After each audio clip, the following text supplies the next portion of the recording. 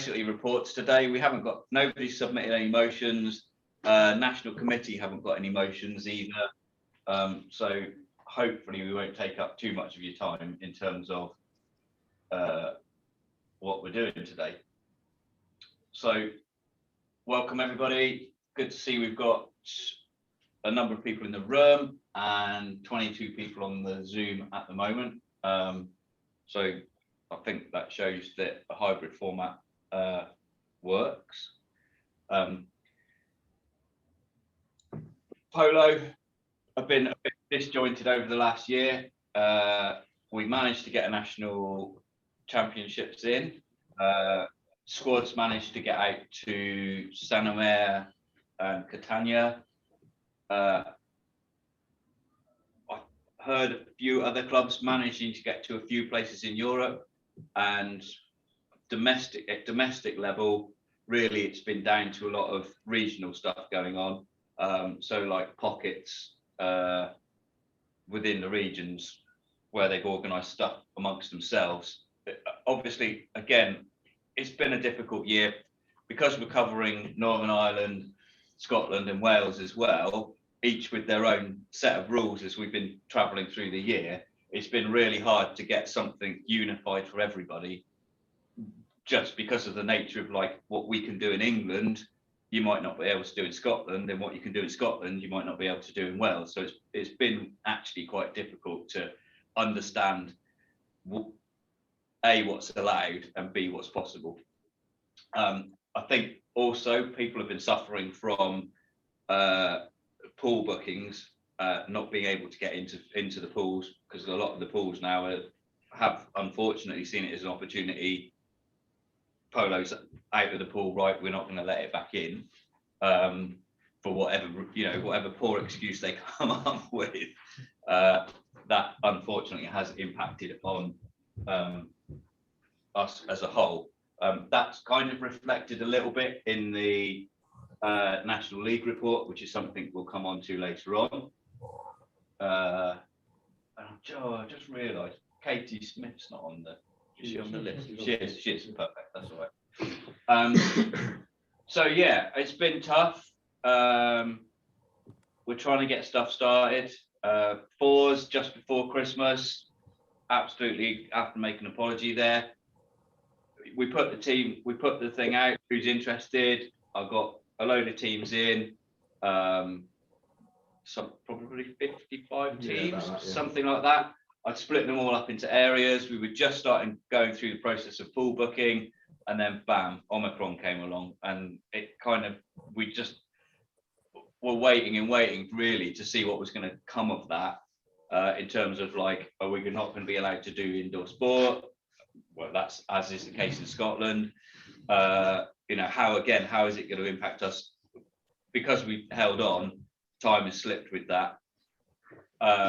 It's possible we might get something going in March, just a one-off. But I know, again, Wales have got a little regional force thing going. So that might be where we go with it, just getting more regional fours organised at a local level. What I really wanted to do with the fours was set it up in a way that you were meeting other clubs. So you weren't meeting two teams from your own club. And we were doing that thing which we used to do, which was go and play other people, rather than people that we train with week in, week out. So yeah, I can only apologise on the fours. It's again, circumstances working against us.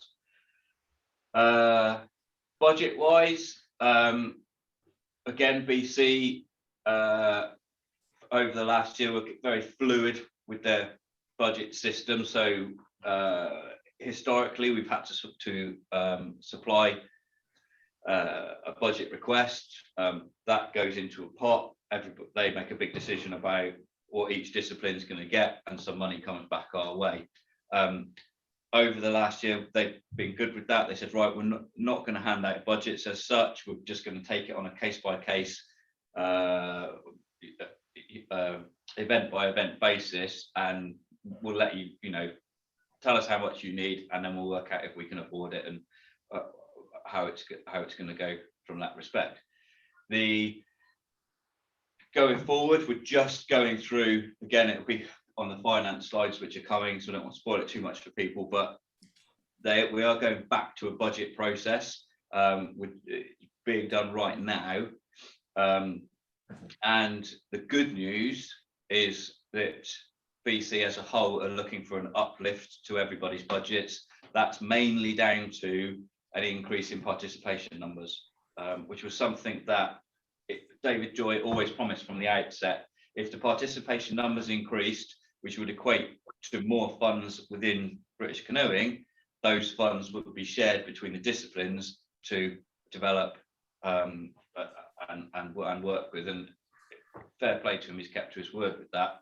So that's nice to see. You know, there is going to be a more funding available at grassroots level, which is a really good positive, because that's something that we really need to start developing as a discipline coming out of COVID. You know, COVID's done very well at destroying a lot of things, and now we need to work together to build these things back up again.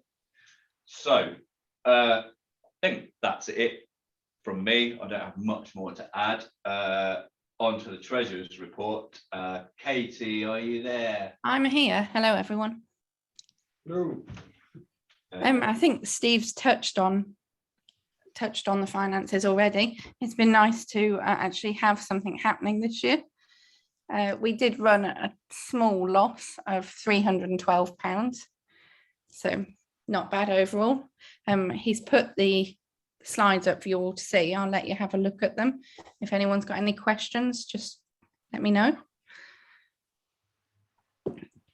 You can see the top line there, just to add to Katie's. So that the British Canoeing Grant, we put in at 45k for the 2021 year. That's the amount of money that they gave to us during the year to go to Catania, to go to Santa Mare, and run the squad activities. That's a lot more than it normally is due to the COVID testing requirements.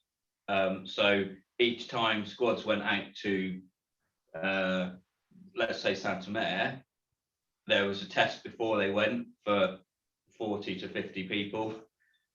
There was a test on return.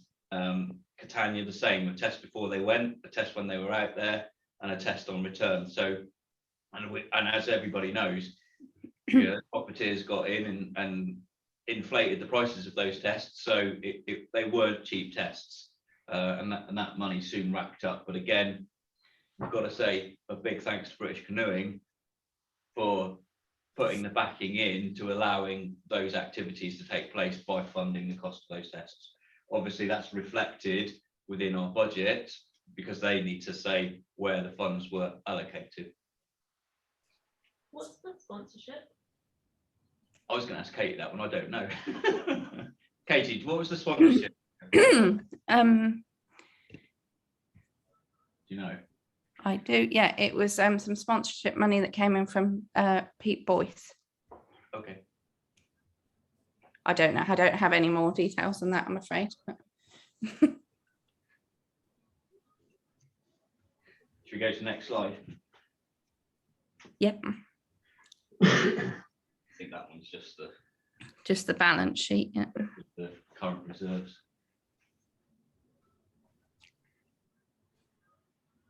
So really, we've maintained the reserves at their current level, probably reflective of the fact that not much has happened, but at the same time, it's good to have that reserve figure there. You know, we are looking to make some investments to the site at HPP,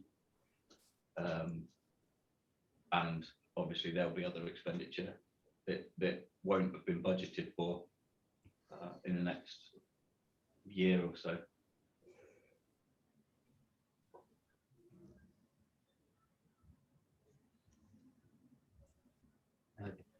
Great, thank you, Derek. Thanks. So yeah, people can see that chat or not, but Derek Playford, helpfully has just come back in. Derek's the current squad's treasurer. He's just said that sponsorship figure was a contribution to the squad's travel costs during the year.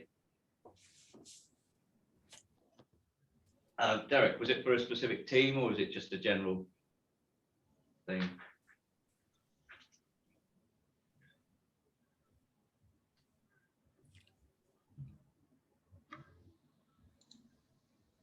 Maybe he's not sure. I think it was for when the squad went over to Ireland, Steve. Oh, okay, thank you. Yeah, Derek's backed that up with a yes. Cool. Does anybody else have any questions on finance?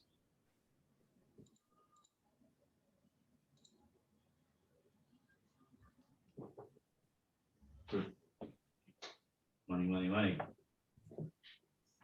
So yeah, really that's a slide just backing up what I said earlier in that first speech. The budget for 2022 is still under preparation. It's still fairly fluid, so even though they've said they want a figure from us, they're still willing to accept that there might be some unexpected stuff coming through, which we can obviously apply for on a case-by-case basis. It is an expensive year for certain squad individuals. They've got both World Championships and World Games to go to. The World Games is in USA. Just things into perspective, the cheapest we've been able to find to get a boat to America is just over 800 quid. Yeah, crazy money really. When you consider 2018, when I filled a container full of boats, we paid about £60 a boat. Yeah, so even a container at the moment is about £400 a boat, and because of the timescales, all the shipping companies are building in the massive tolerances, so as they can obviously guarantee things, being a bit like Ryanair, guarantee things are in on time. They would want the boats before the first Eca Cup, and they wouldn't get the boats back until after the World Championships. Crazy, yeah. I mean, yeah, it just doesn't make it feasible. So, yeah, that's something that we're working with. We're working on a solution for that. And yeah, I've added there, if anybody out there knows of any, title sponsors or something like that who want to sponsor the team going to World Games, please get in touch. We're allowed to put stickers on the boats at World Games. So yeah, it's something that World Games has more participants than the Olympics.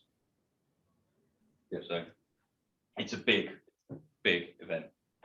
And then I've just put in there, hopefully going into 23, that the whole budget process is going to be a lot cleaner again. Everybody's going to know exactly where they are in terms of what money they're going to get, what expenditure they've got, moving forward and on. Hopefully an uplift again, even more. If we get even more people join British Canoeing. So, David, it's over to you. National League updates. Yeah, sure. Do you want me to? Ross is on the call as well. Ross is on the call as well. If you want to unmute, I can share. I've set you to share the. You could share. Yeah, I do have the deck. So I can share that now. Hang on a sec.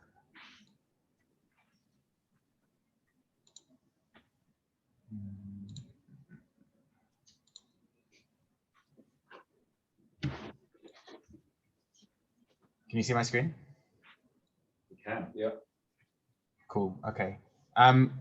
So Ross is also on the call, who is now heading the new National League committee with a number of new volunteers who are involved in that committee. And I want to start this by saying that we're open to further volunteers within that group as well, primarily organising, pitches, dates, the actual running of the event on the day. But we're also open to league organisers as well. So you'll have seen with the entries opening that as part of the entry form, there is the option to say if you're interested in becoming a league organiser. That's essentially on the day set up and running off the event, reporting scores, etc. So The most important thing with restarting the league is that we need these volunteers, especially on a individual league basis. So this is kind of a call for anyone who's interested in that to put it on the form, and then Ross will be in contact for setting that up.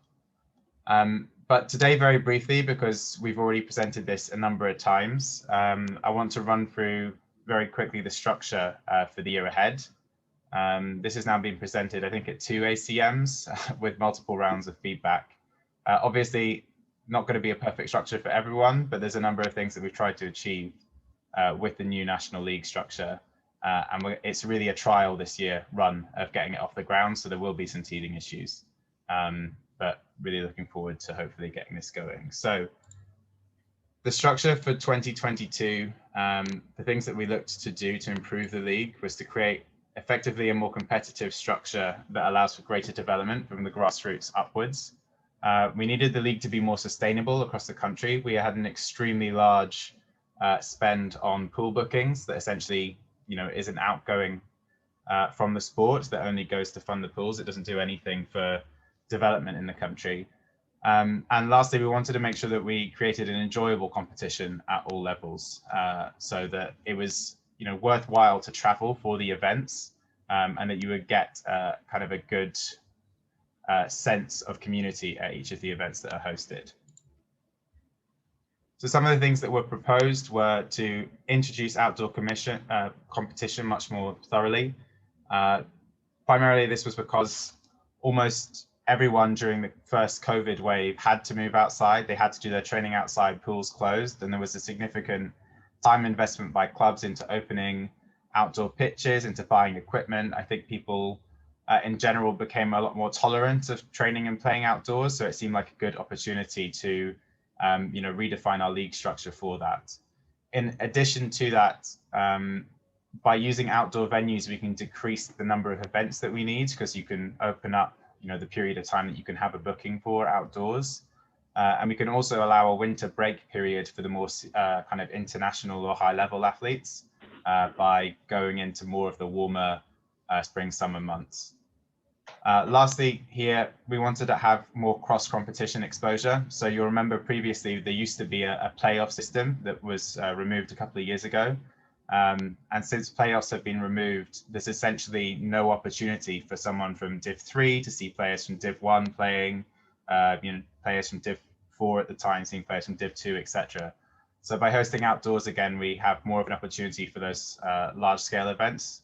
Obviously, we have the kind of traditional summer events, but you don't necessarily get to see the absolute best of the best club teams playing at those. So this is what the league structure will look like for the year ahead for the Open League. There will be a Premier Division, a Division 1, 2 Division 2s, and then 4 Division 4s with a reshuffling of the teams essentially across them.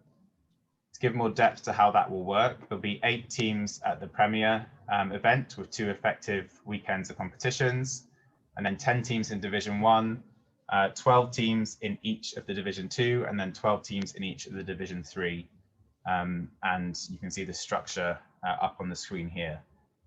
This format has been shared with the entry, so you can see this presentation there if you want to look at the format in more detail. One of the biggest changes from moving outdoors as well is that all games at all leagues will have 10-minute halves. So not only are there more games for some of these leagues, but the games are longer as well. So more polo essentially for your entry. The Women's League structure was consulted on too, and is similar in that we have added a Premier League here, but with a slightly different system for promotion that involves a crossover between Div 1 North and Div 1 South in order to gain Premier promotion. The Div 2 divisions are more aspirational, depending on the number of Women's League teams that we have in any given year, but the hope is that we can fill out this structure in time. And here's the wider structure for them as well. So 6 teams in the Premier, and then 6 in each of Division 1 and Division 2. These are the entry costs for the year. So all of the leagues now have a flat entry fee rate. All entry fees are inclusive of camping. So we're intending to provide camping at any event where you have to stay over if it's a full weekend event. Quite a few of them are one day rather than a weekend, but for those that are a weekend, camping will be made available as an option. And lastly, all of this kind of entry fee obviously covers the cost of running the league, but creates a ring-fenced pot for further development of the sport. So essentially, this creates a larger pot of money that we can, access for the grant applications for the Canoe Polo Committee, as well as, improvement of our own national venue, etc. So there's a number of FAQs here. I will also can obviously take any immediate questions, but I guess one of the major questions has been, what will the entry process be? A lot of teams have had a major change since the last time they entered the National League. What we're essentially asking for in the form is for you to tell us, where you think your team fits within the new structure. We will use the results that we had from the previous completed league. We will use, any kind of information that's provided by the team to help kind of understand or justify where they think they should fit. And then we'll essentially work together as a National League organising committee to try and create a best first fit in the first year. There will obviously be some, not necessarily disparity, but some things that are wrong, some things that are right in terms of ultimately how it moves out over time. But that's what the promotion and demotion is there for. So we will give it our absolute best effort to try and make that as smart as possible. But that will be how it proceeds. David, you got a question in the chat. Sure. Why is the women's entry half price? The women's entry is half the price in order to try and encourage entries. So it's effectively discounted in order to try and encourage women's entry, similarly to how we used to do with the youth structure too for the year ahead. It's also half the number of games. Yeah, it's also much less games. Okay, it's half the number of games as well. Okay, cool. Dave Edwards saying, what's the cost of Prem? That's 400 as well. Yeah. Same. The open league, I think when we refer to the open league, that's that whole structure. So Prem, Div 1, Div 2 and Div 3. Sorry, Steve. So that's £200 essentially a tournament, or £200 a weekend? Correct. Correct, yeah. Seems fairly expensive. Same price as everyone else. Yeah. £100 a day for everyone else. It's 4 days. All of the leagues are 4 days competition. Just Prem is split into 2 weekends as opposed to 2 single days and a weekend. How many games do they get on a day?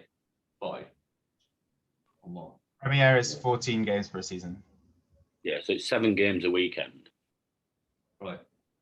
So potentially 3 games for £100 is what you're saying. But it also includes the camping. But Dave's opinion is echoed by other teams in the Premier Division. Absolutely. Thanks, Mark. And some of those teams, I believe, and I know this, you're going to say, well, that's their choice, but that cost, I think, will be a barrier for some of those teams to want to re-enter, given that they are paying £100 for 3 games for an outdoor venue.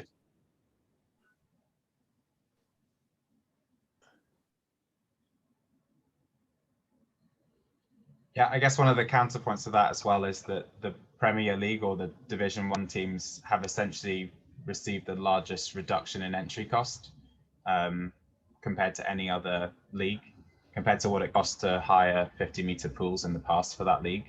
But I think in terms of actual cost to enter and play, it's become a lot more accessible at Div 1 than it was previously. So Yeah, but we're outdoors, David. yeah, I understand that. Yeah. And they're not getting to play all year round. The difference is though that the money that's paid in now is going to improve the whole league rather than just going into pools. So at least the financial spend is lower, and the money that you're spending is going directly into improving the league and the sport in the country. So, but important point, so thank you. I think most people accept that, but just the overriding cost of £400 for what's essentially 2 weekends is, like Mark says, I think it's going to cause re-entry issues for some of the teams. When they can go to London, Liverpool, Hull, and pay the £100 for 2 days of competition. I mean, you're going to help London, you're going to help Liverpool, you're going to help Hull on a positive side, possibly. A lot of those clubs are running those competitions at a loss, and we're saying, well, that's not really realistic. We shouldn't be running these competitions at a loss. We should be realistic. The prices up. I'd be surprised if London, Liverpool, or Hull were running at a loss. Very surprised. And I've got the biggest outgoings as a tournament, and I don't run at a loss.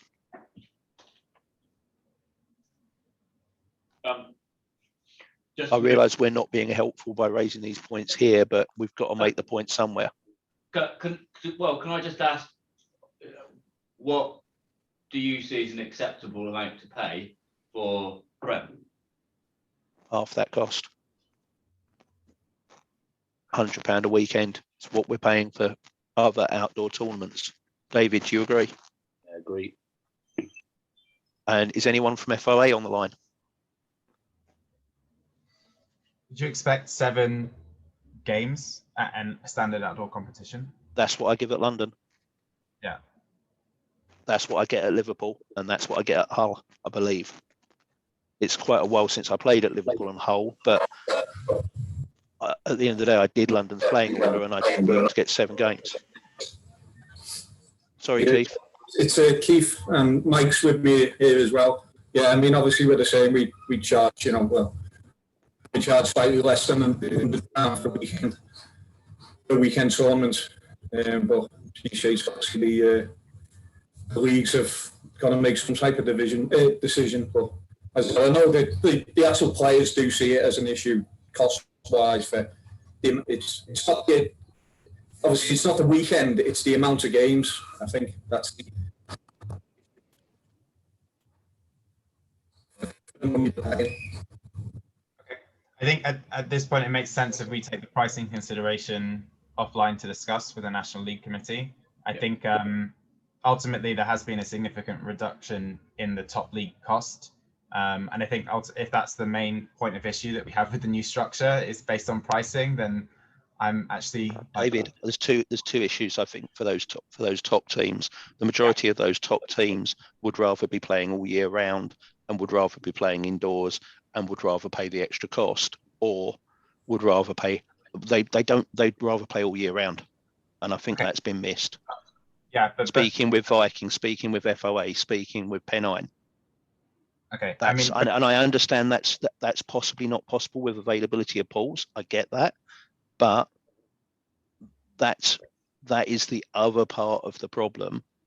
Yeah, I want to go to that by saying that the vast majority of the feedback that we've had from players in the Premier League sides is that they want to have a winter break and they want to have fewer competitions in the year, and they wanted to move to a structure that was more akin with what happens on the continent in terms of fewer weekends, more intense competition, less time spent for them. So that's a difference in opinion to the majority of the feedback that we had regarding the top league. I think the feedback was when we were in the height of sport. At the moment, it feels like forever since we played polo, but that's more COVID's fault. It's not the league's fault. I think when the league runs properly and everything's running properly, it will feel nice to have like a little 5-month break. But at the moment, it's been like, what's it been, like a 30-month break? So it does feel a bit ridiculous at the moment. But hopefully when it's all running smoothly, that little break might be grateful, but at the moment it's not very grateful because I feel like I haven't played polo. That makes perfect sense. I think the idea is for this to fit within what we would consider a normal polo year, right? So you can go to all of your normal summer competitions. You do have the ability to go to the internationals. The winter break is filled with, regional and fours as well for more polo. You have to look at it in the context of that rather than the fact that we've all waited so long to get back to the competition itself. So just answering some of the questions on the chat. So Stephen previously played 240 if they did 3, is that right? That is, but with the new structure, you get 10-minute halves and more games. Beth, I think you're just making a comment that we used to pay £100 for a weekend outdoors, so £50 a day.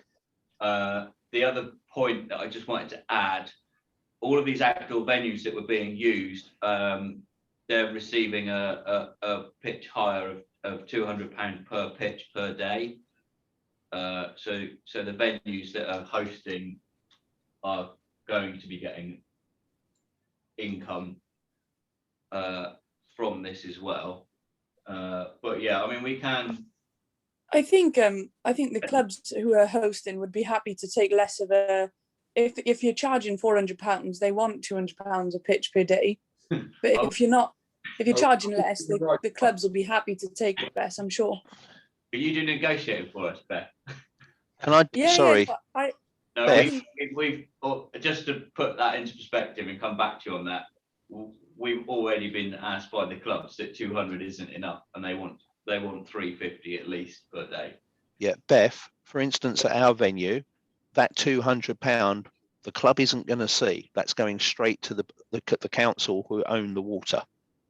We're not going to. okay. Yeah. So different clubs have got different setups regarding access to their water. If we've got non-club members paddling on the lake, we have to pay a fee to the council for that access. So I was going to say, even if you give the teams the clubs more money per day. You're not Well, going if to you be have giving 10 teams, if you got 10 teams all paying, even if they all paid £100 each, well, that's still £1,000 for 2 weekends. Well, even if you give £300 per day, well, that's like you're still looking at making a profit. I think this is going to generate a large surplus, which yes, they can invest back into development, but it'll still make a profit even charging less. You ain't going to get the entries if it's too expensive in the first place.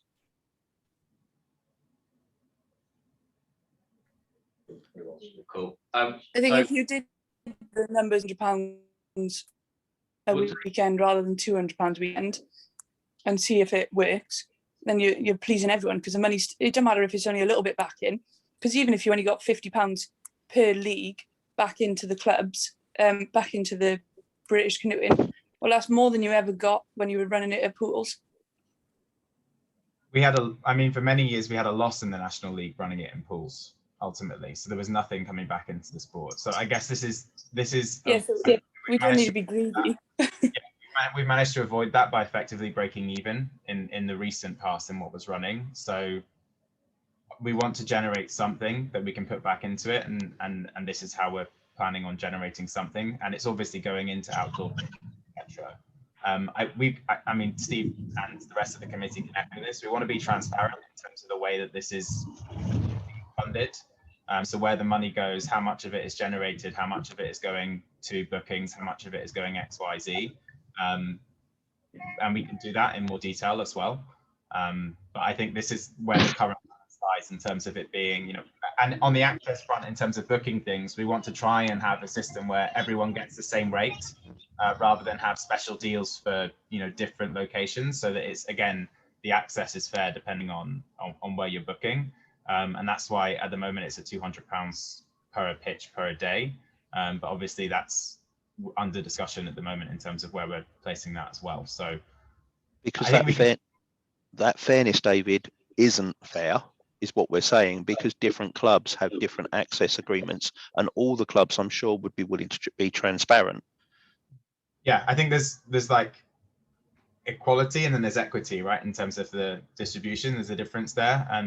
That's what we're currently wrestling with. And this is different for us because previously, obviously, we played pools different rates depending on how expensive they were.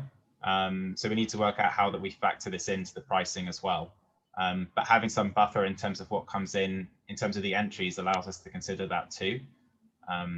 So yeah, I don't know if Ross or Mark have anything to add on the finances side, but I think we should probably move on from this point of discussion for now and note it as kind of comments taken. And if people have further comments on the pricing front, then do send them to Ross, his email is I think ross.barron@canoepolo.org.uk, so we can, you know, capture those together. Just quickly, David. Sorry, it's Jamie from Meridian. I know it's driven by the Premier League teams because obviously they're the teams with the clout. But equally, are we putting people off of entering Div 2, Div 3 if we're asking parents to fork out, you know, 80 quid a player? Are we encouraging people to join the sport if we're having people that are committed to this sport questioning their loyalties? Do you know what I mean?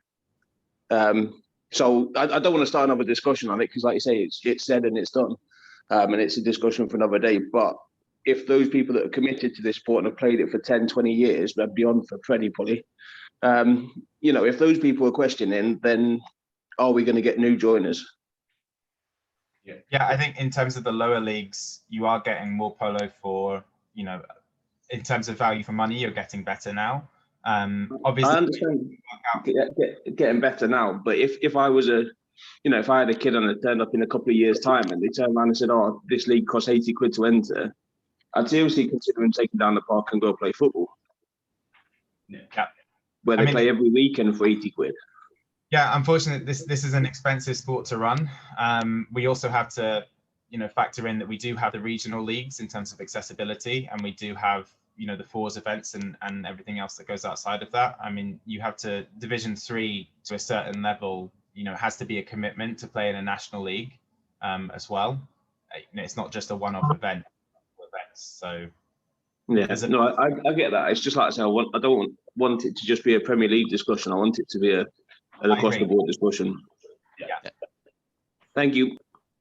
So just again, a question on the chat, which is Jack asking, where is the, in quotes, profit made from, what is the profit from the leagues going to fund? Essentially, it's going to go into a grant request pot. So we would be looking to develop, at,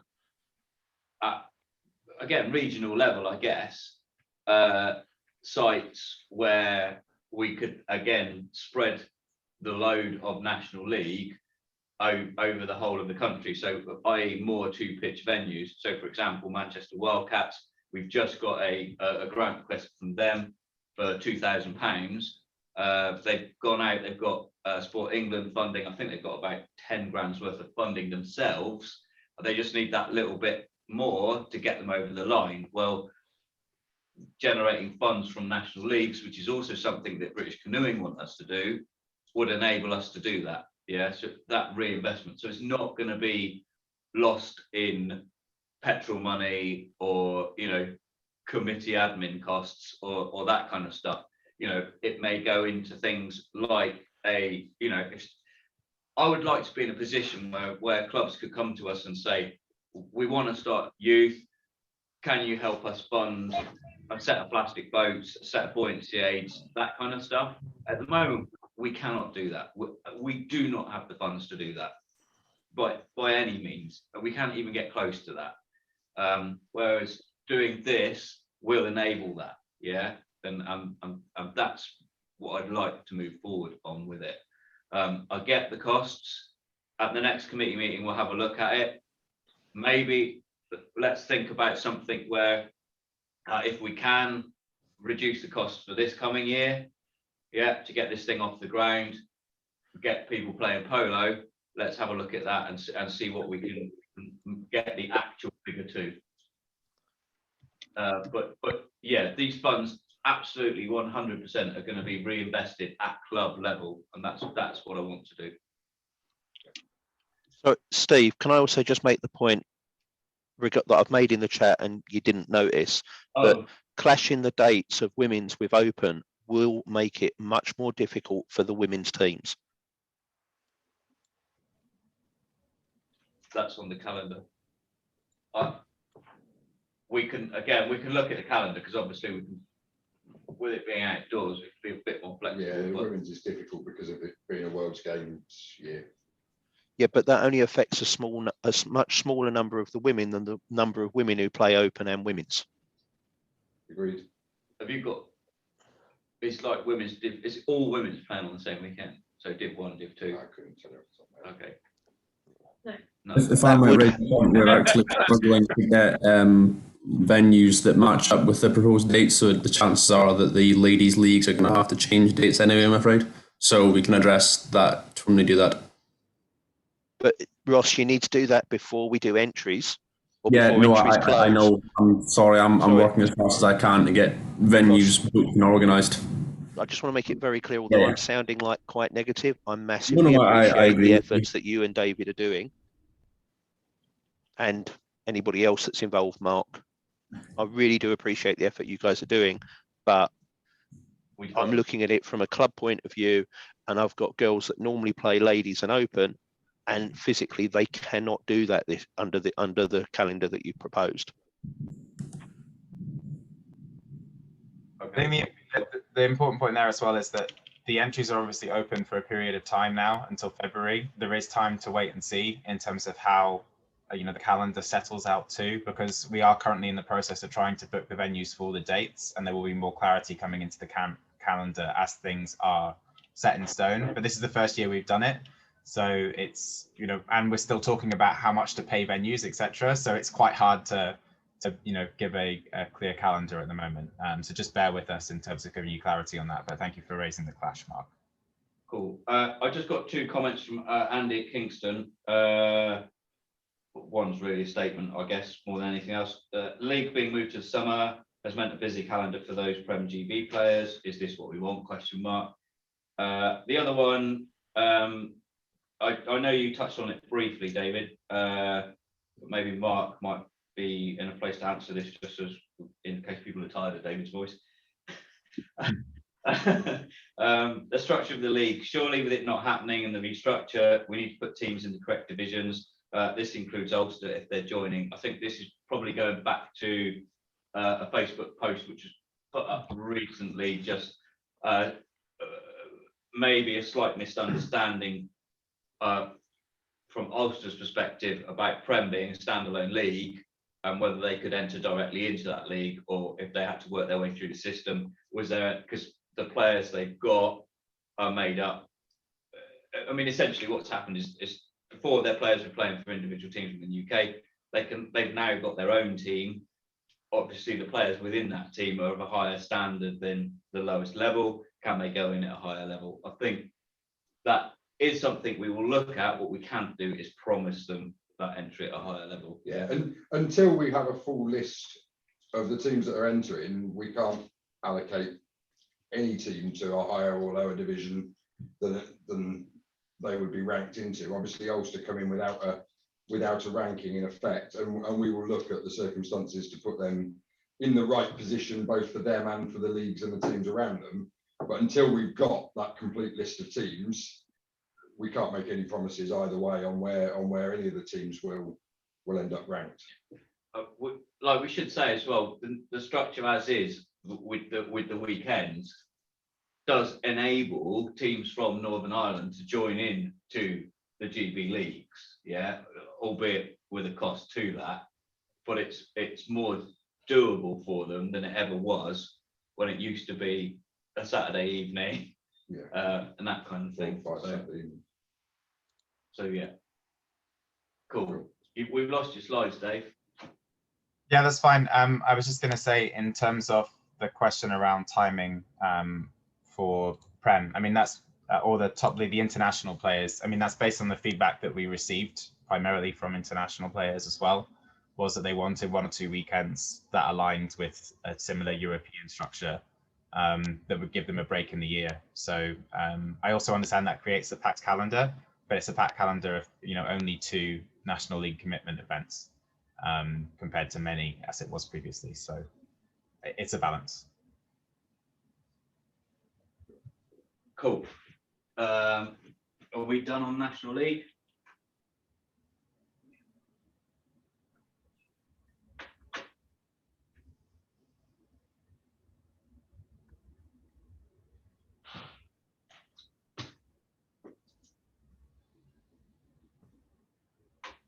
Cool. If anyone else does want to get involved, I promise you don't always receive as much flack as a National League organizer. It's not a pleasant job always, but we are looking for individual league organizers. So please do get in touch with Ross for the year ahead. Obviously, if you're on the verge of not knowing what league you're going to be in, then that will be more difficult for you. I'm sure there will be some opportunities to get involved once you know as well. So thank you. Cool. That email address is now monitored, by the way, and you will get a response. Ross has got access to it, and that's basically if you email National League's organiser, that's who he's going to end up with. So we're on to a squads and an academy update. What I'll do first is the academy bit. I've got a document from Mike with regards to academy.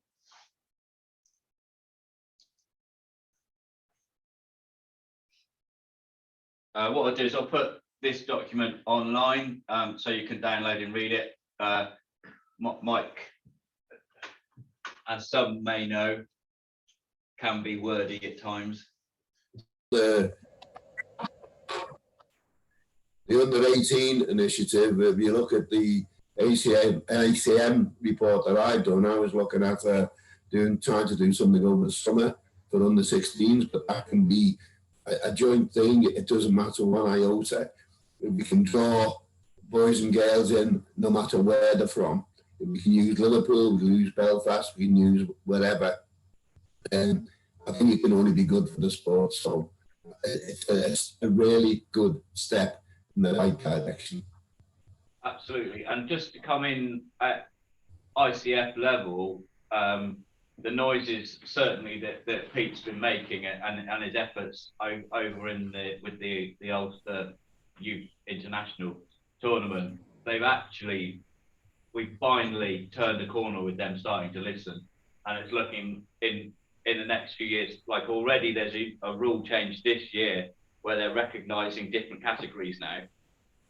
Before they only ever recognised under 21 and senior, and that was it. We've now got under 18, and they're looking at an under 16 category as well.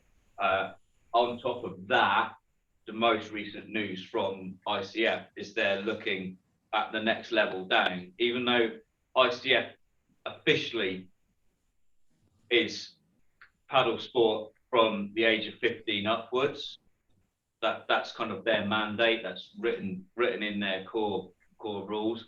But they're looking at developing paddle sport much lower down and what they can do with that. So I'm sure, Pete, in the next few months or whatever, they're going to be in touch with you. Super. Steve, Peter,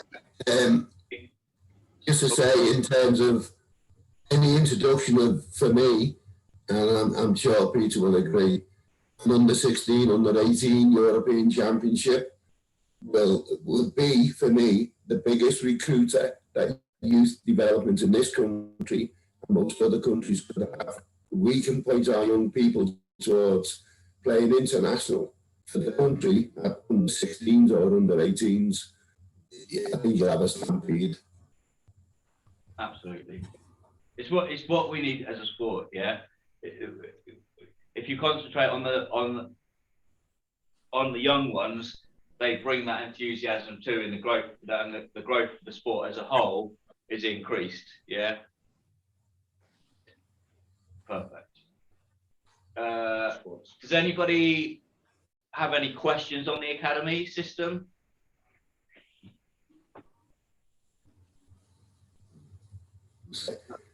I need to say I think it's very good. You would say that. Cool. Okay, so we'll move on to the squads. B, are you able to just say a few words on stuff that happened over the year? Yeah, certainly. It's been an interesting year. Fantastic to get together with, managed to get 4 teams out to Santomare and then to Catania. Not without its challenges, and unfortunate that we didn't get the outcomes that we really hoped for. But I think that was as a result of our lack of opportunity to get to training as we did. Each of our nations had its own challenges and restrictions. But it was great to be able to, each squad managed to get some training in different venues. So it was a very different process than previous times where everybody met together at Doncaster. So we were able to utilise the places that we could access and made the most of those. So moving forward, we do again hope to all come together as a squad to train monthly, because not only is that if we have a fixed venue, I think it's good for the togetherness of the squad and able to increase communications, because everything that we were having to be doing with the coaches and the management team all had to be done with meetings or messages, and it's much better to do that face to face. So hopefully moving forward, we'll be able to organise being able to be at Home Pierpoint. The women's squad have started their training early, so they've had winter training, managed to secure day trainings at Cheltenham and at Cherwell. And, that's been very successful to actually sort of set them going on the road. And thank you for the input from the committee for the additional costs, because it is really expensive, but it's been valuable because of their World Games placement in July. So we needed to get them going as soon as. The rest of the squad aims to start training in March. Women again have a session next Saturday, where just in case everybody doesn't know, what we've done is we've joined the under-21 women and the women into all the same pot, so that because we were a lot of people aged out, a lot of under-21 women aged out, it left the under-21s a little bit thin. So what we're doing initially is allowing them all to train together. Then there will be a delineation of what becomes the World Games team, and then they'll become the under-21 team again. And we aim to work very closely with the developments. I believe there are a good number of girls who are ready to come through and look at that. So certainly for the under-21 women, it is a development year, and we will get them to some tournaments that will give them good experience, and then obviously to Santa Mare in August with the World Champs, and we'll see where that lies. Men's team again are forging forward, coached by Dave, got a strong intention of gaining medals and working towards, over the next 4 years, again, World Games achievement, and definitely medaling golds as they can. Women the same. We are backing the women's team as strongly as possible, because it's a very different team than that achieved their placement for World Games, but that is absolutely no indication about their capacity to achieve highly again there. The women's currently are being under the supervision of Alan and Leighton, and Lee, and then there'll be a delineation of those coaches once that has been divided out. The under-21 men, again, very well established under the coaching of Andy. They are, Andy is working with the development. He's seeing who's ready to come through, because again, a couple of the lads aged out. So definitely moving forward, that's going to be a strong, very good medal potential team. And yeah, we hope to see good things from them this year. Our main threats really are the fact that we can't, because of Doncaster has gone by the wayside. We're hoping that the development of Home Pierpoint will come on board as soon as possible, that we can start utilising theirs, as I say, to come together as a full squad and train there. That will be invaluable. Obviously, finances are a challenge. I have started to look at all the costings for this year. The World Games, needless to say, is expensive. And you know, we're looking at what we can do there. The World Champs, basically all of the, like the ECAs, etc. The challenge of potentially an ECA in Milan, that's a big ask, because getting old boats and players there for a weekend is a big challenge. So again, a lot to look at, and potentially cost-wise, because ferry prices have gone through the roof. And the other thing is, if we try to put boats in vans, we now have carnets to deal with, because if they are not, the boats aren't traveling with the player, we have that challenge, and that's an additional cost due to Brexit.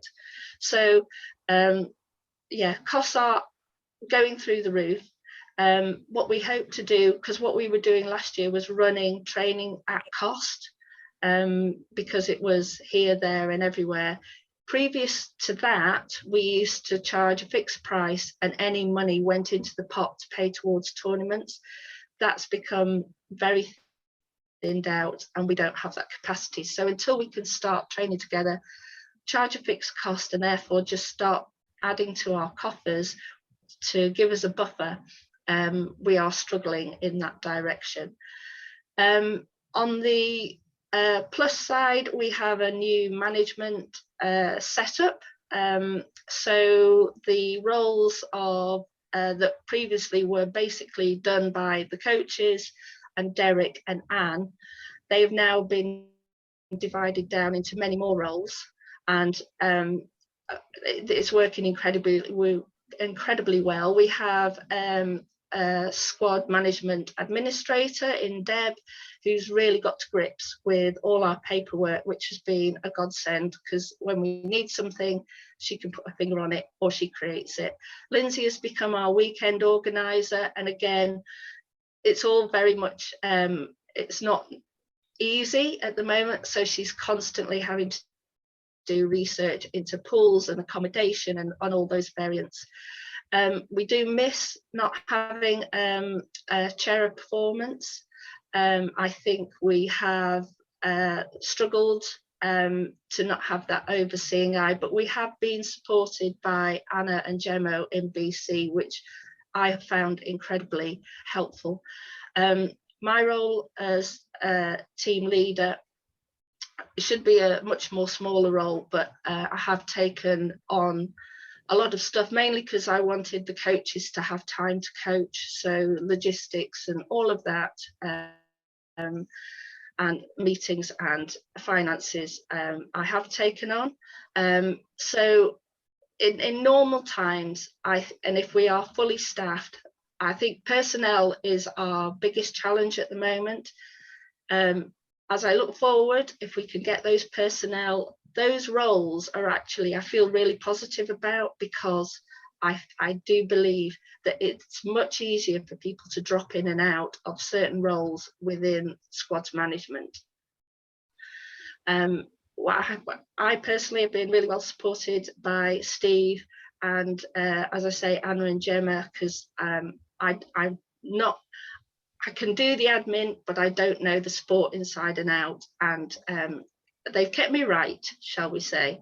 So that has helped a great deal.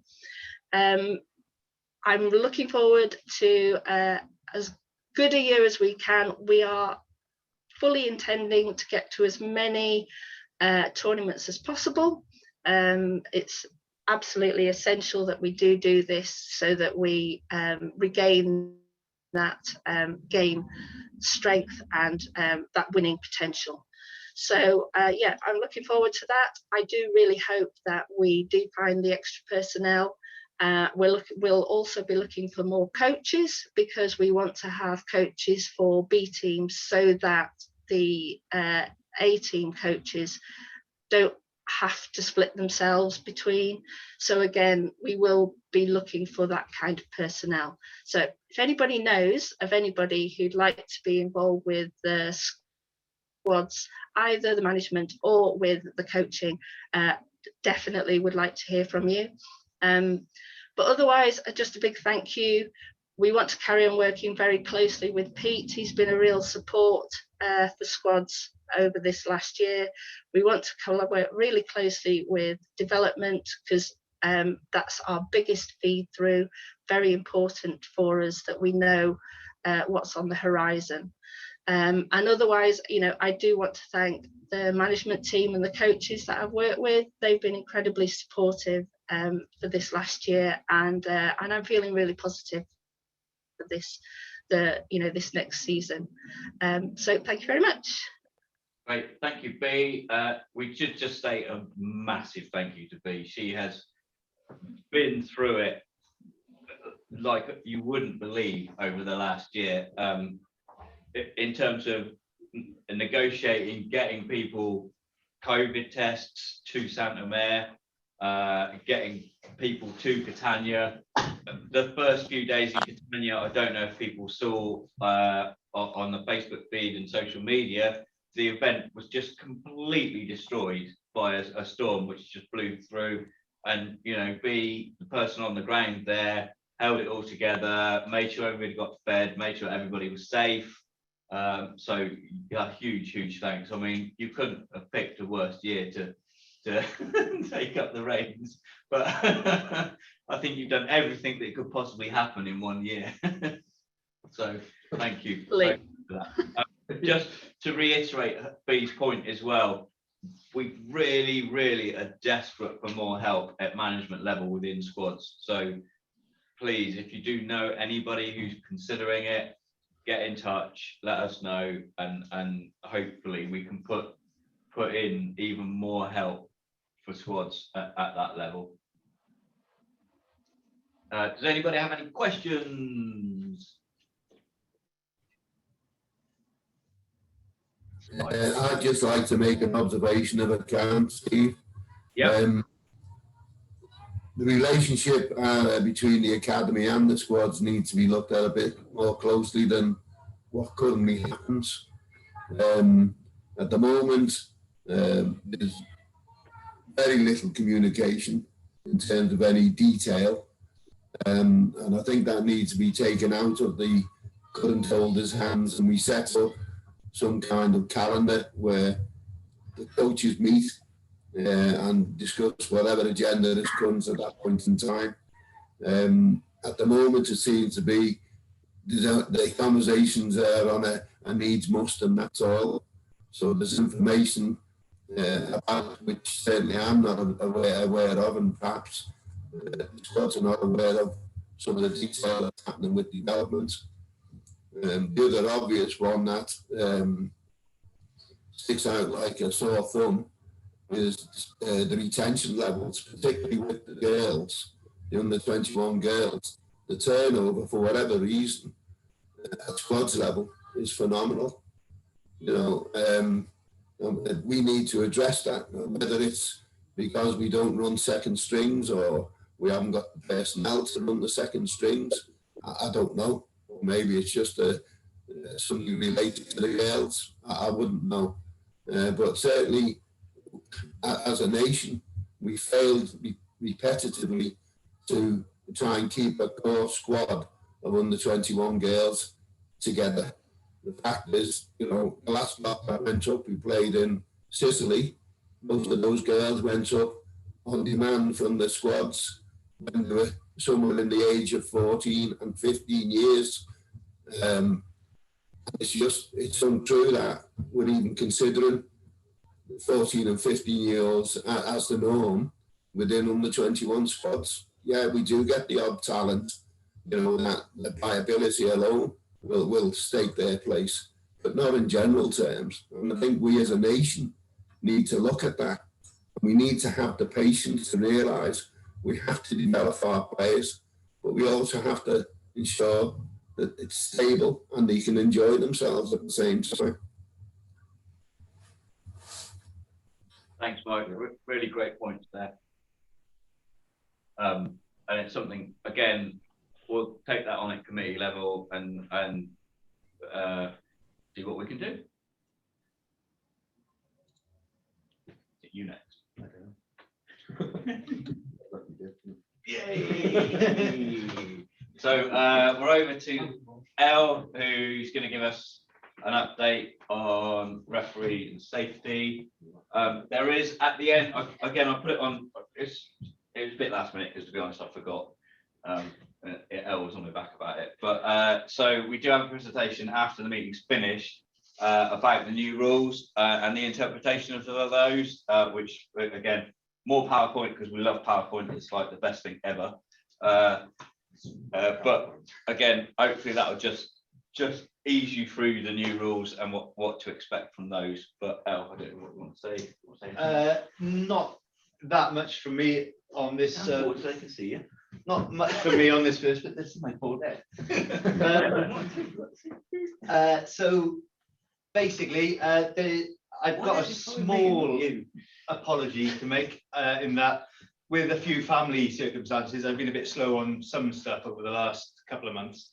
The new rule book should have gone out, but it's almost ready. I've just picked up a few last minute things, and hopefully within 2 weeks, everyone will have access to the PDF copy, and then hard copies will be coming just after that, as soon as I speak to Howie about printing them. Yeah, that's the major thing. There's obviously a new set of rules coming through.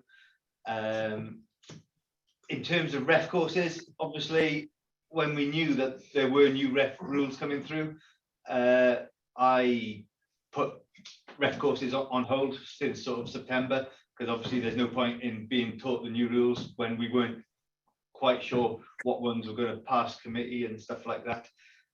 So that is something that is going to be addressed in the next couple of weeks. I'm planning on a fortnight's time. I will be aiming to run one, and the fortnight after that. So on one of the days, as proper ref courses for people that don't have stuff. I'll also on one of those days be planning on, or maybe both of them, be planning on doing another sort of update. So a little bit about what we're going to be doing at the end of this presentation for people that are already refs and just going through the new stuff. We did say at committee that because of the break and all that kind of stuff, we will put out a small exam, like 10 questions on just new rules and stuff to remember on the rule book, things that haven't changed and things that we need to do, just so we've got an idea of who is current and still interested. One of the big things, our referee database, some people have noticed, many people haven't. There was a data loss on the database, and basically the host that we used for it had all their data deleted. We've filled in a form and sent it off to the Information Commissioner, and BC are also aware of it. And this is our opportunity to tell people. We're pretty sure no data was stolen. It was just all deleted. Not that we kept much in the way of data anyway. Names, some addresses, and mostly email addresses, and then contact numbers and your ref grades. But yeah, as I said, it was every indication that we've been given was it was just a deletion rather than stolen data. We are, the last backup we had was from 2018, the summer of 2018, and obviously not much has happened since then. I do have records because we moved the exams online. I've got records of pretty much everyone who sat exams in that time. But practical assessments we don't have records because we would just update it from our phones and computers rather than writing sheets and stuff like that. So that's something that we're looking at addressing. Going forward, I've been waiting to speak to someone at British Canoeing about putting the database onto their system, whether it's as it is at the moment and just moving it onto their system, or whether it's integrating it into their membership database, remains to be seen. I think that's a long-term goal, and for short-term, it's just the database basically that we want to put on the onto their servers if possible. Yeah, I think that's it for me. Obviously, if you want to know how to play the new rules, stick around at the end and we'll work through them together. But otherwise, does anyone have any questions about anything? Well, do we have enough referees in the country to support these coming national leagues? Don't know because we haven't got a database. Hopefully, like, so the biggest thing, what we did, and we said at the ACM last year, was we'd just extended everyone's dates, and that was what we did again. So last year we did it for 18 months, and then we put another 12 months on it, sort of over the summer. Okay. So everyone had a 36-month, or 3 years, whatever it was, on the thing. So everyone's tests technically are still in date. It's just, I think the committee thought, like, just to show that you've actually looked at the new rules, yeah, that just filling in 10 questions on what you give a green card for now, what you give a yellow card for, that kind of thing, was how we were just approach it, just to make people actually look at a rule book maybe. Obviously, the biggest thing that we're going to come up against is people aren't going to be up to speed on the first games that they ref. You're going to be, you have to do it at club games. You have to get on the side of your club sessions, and people have to do a bit there. There's no other way around it at the moment. It's where we all started. Everyone should have access to sort of games at their level. There's hopefully going to be some regional stuff happening, and then feedback and speaking to people. I'm hoping to get all the, as I said, all the grade 1, grade 2 referees together at some point to in 2 weeks or in 4 weeks' time, just to have a chat about stuff. And then, yeah, going forward, it's going to be hard, but obviously we all know reffing is one of the hardest parts of the game. We're always going to be wrong, and while everyone's had fun starting to play again, most of those sessions you're not having reffed. It's like you do, if there's 10 people turn up, you don't have 2 people sat off reffing and play 4 aside. Most people play 5 aside and stuff like that. That's because you've got more, like you've got extra people. But if you haven't got extra people, what do you miss? You miss your referees, and you do it from the water. So it is going to be quite a hard thing to do, and the only thing we can do is make players aware that things, A, referees haven't reffed, and B, rules have changed and not everyone's going to be totally up to speed, which is why we want to give this little questionnaire out, just to try and make people actually think about what happens with these new things. Cool. So we just got some questions popping up on the chat. Keith, hopefully Elle's answered your question about how ref qualifications will stand at national leagues. Obviously, the refs who are qualified pre-COVID have been extended, so hopefully people are still around. We've got a question. So it was more the point of obviously we're trying to ask for teams to enter the national leagues, and obviously with COVID, obviously a lot with it, I'd imagine a lot of teams are basically rejigging themselves and sorting themselves out. Now, if a team has sort of lost a referee within the, you know, what's the situation, you know, in that? Well, as I said, we are going to have relaxed slightly, or you know, or we are going to have some courses over the next couple of weeks, so people need to make sure they go on those.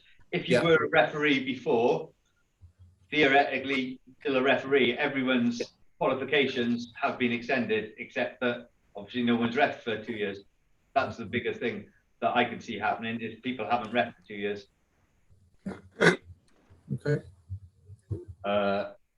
We've got a question on safeguarding. The safeguarding stuff is still ongoing. It is getting there slowly. I am waiting. One of the things we've got this afternoon is we are at BC, as you know, and hopefully I can have a word with some of BC about something that's happening there. Yeah, and it's still an ongoing work. Obviously, while we want to rush it in terms of it needs to be done and sorted, we don't want to rush it and come away with something that has problems that we've come across in the past. We want to make sure we close down any problems and all that. So it's still an ongoing thing, but it's not finished just yet. Again, that's one of the things that I've been slow to action because of personal circumstances. Cool. Refs course happening soon. Yeah, I've already addressed that. Can we get refs practical assessments? You can only get practical assessments at once competition. At competitions. Yeah. So that's going to be the issue. Well, we can say that we can do assessments at club training sessions.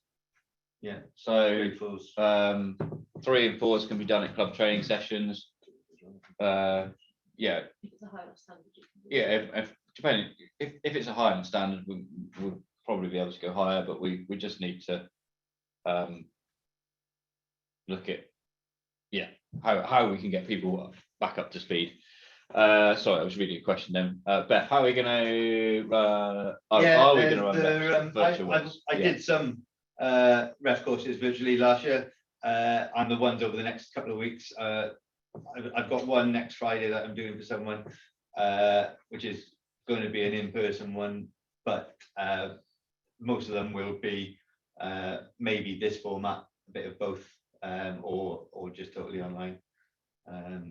We trialed with Bucks, we trialed the virtual course, and the refs exam is now online as well. So that seems to work quite well. Yeah, the online exam works pretty well. Yeah, cool. So I've got a question. Got a question. Great. So a year ago or so, British Canoeing was saying that referees weren't good enough to be leading club sessions. Is a kind of not immediate effect, but a potentially future problem. Everything had to be led by coaches. Do we have any update on what's going on with that? So games during when games are being played, the referees are in control and it's all okay. If you're just doing like skills and that kind of stuff, drills, then you need your coaches or whatever there. Right, okay. All right. So that's the separation. There is a separation, you know, obviously as a game level, it's different because we don't expect a coach on the water per se. So essentially clubs that have referees but don't have coaches could just run matches and that's safe. Yeah. There might, I know the working group has looked at the possibility that to be that type of cover, they might need to do an FSRT. So you know how to get someone out of the water basically, but at the moment it stands as if it's a game, you're covered with the referee. We're looking at the possibility of as part of the referee qualification, having that first aid, safety rescue element as part of the qualification to cover all situations really. The other thing we should say about swimming pools, because I know again a lot of people are being told that they've got to have lifeguards at their pool now, and incorrectly. So there is a document that was produced by BC a number of years ago which said that if you've got referees stood on the side during the game, you don't need lifeguards. That they've made a recommitment to that document, and certainly the pools that I've had conversations with and explained the situation have been quite happy to relieve the lifeguards of their duties, albeit they're still in the building, but it's not that kind of extra cost that that person is stood next to the, you know, next to the water doing absolutely nothing. Steve, is it possible that document could be hosted on the yeah, I think it is. canoepolo.org? I think it is. I'll make it more obvious. And with the updated guidance. Yes. Yeah. Yeah. How do the referee grades tie with new league structure? It'll be the same. Same Prem is grade 1. Yeah. In Div terms 1 of is grade standard, 2. it'll be the top standard will be the top, like grade 1 or whatever. So Div 1 will be grade 2, is that right? Yes, that was one of the things. Do we want to be called a Prem referee, or and then what? Or do you want one, like obviously because Div 2 or Div 1, Div 2, Div 3, you're going to be a grade 2, 3 or 4, so they're not going to match up anymore. So it's just whether we call it, or we could go to an ICF site system of A, B, and C, and A is the top, whatever we call our divisions. But at the moment, grade 4 can do the new Div 3. Yeah. Right. As long as there's some form of matrix that shows who can ref what, does it really matter what they're called? Yeah, there is. That's all I'm after. There is, yeah. Basically, it's the same. If you're at the top level, it needs to be. There's still 4 levels of division, and there's still 4 levels of referee. And what are we doing with the women's? It's going to be the same. Don't care about women, maybe whatever.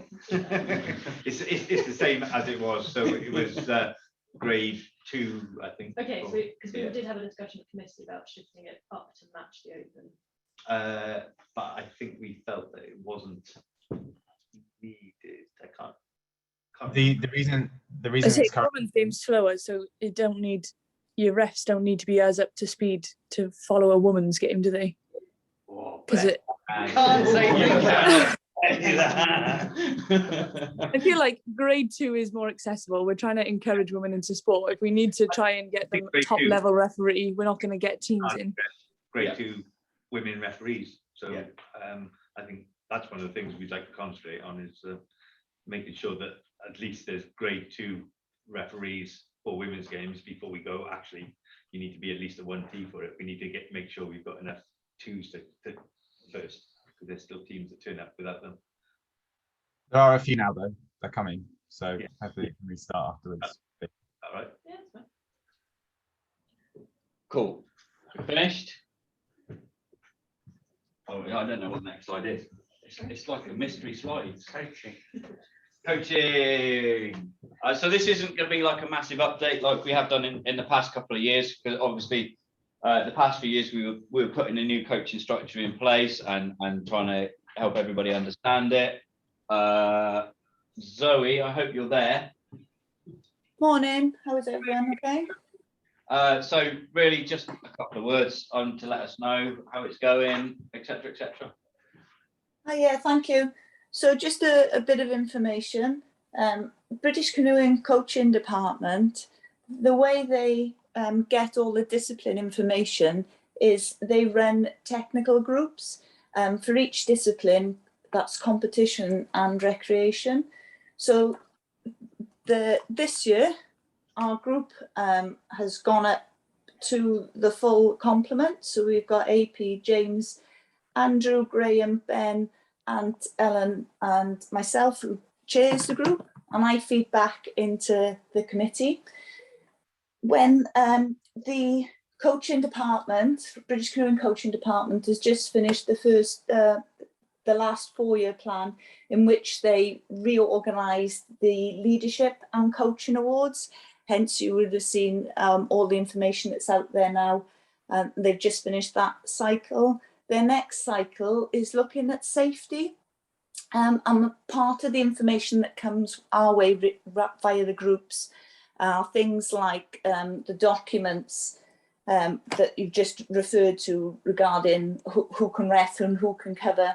There's a big push from insurance companies to move to qualified coaches. So having those sorts of guidance documents are quite important for our sport moving forwards. But it is something that we're going to have to consider.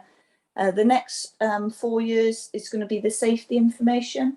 The group are asked to do, because British Canoeing run the group, they're asked to do work. So we've provided all of the technical information that goes into those leadership and coaching courses. And we've just done, for example, the last one we did, we were asked to put the information regarding safety equipment and polo equipment into their e-learning resource, which is now part of their e-learning.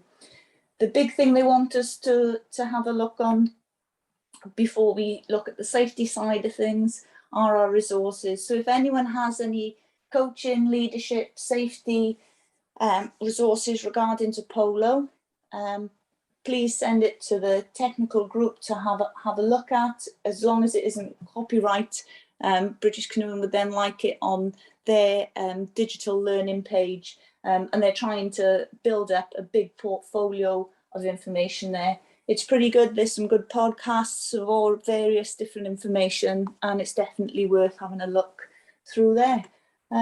Yeah, I think that's where we're at the moment. Thank you, Zoe. Anybody got any questions on coaching? Have we had any input over the year from the coach developers at head office?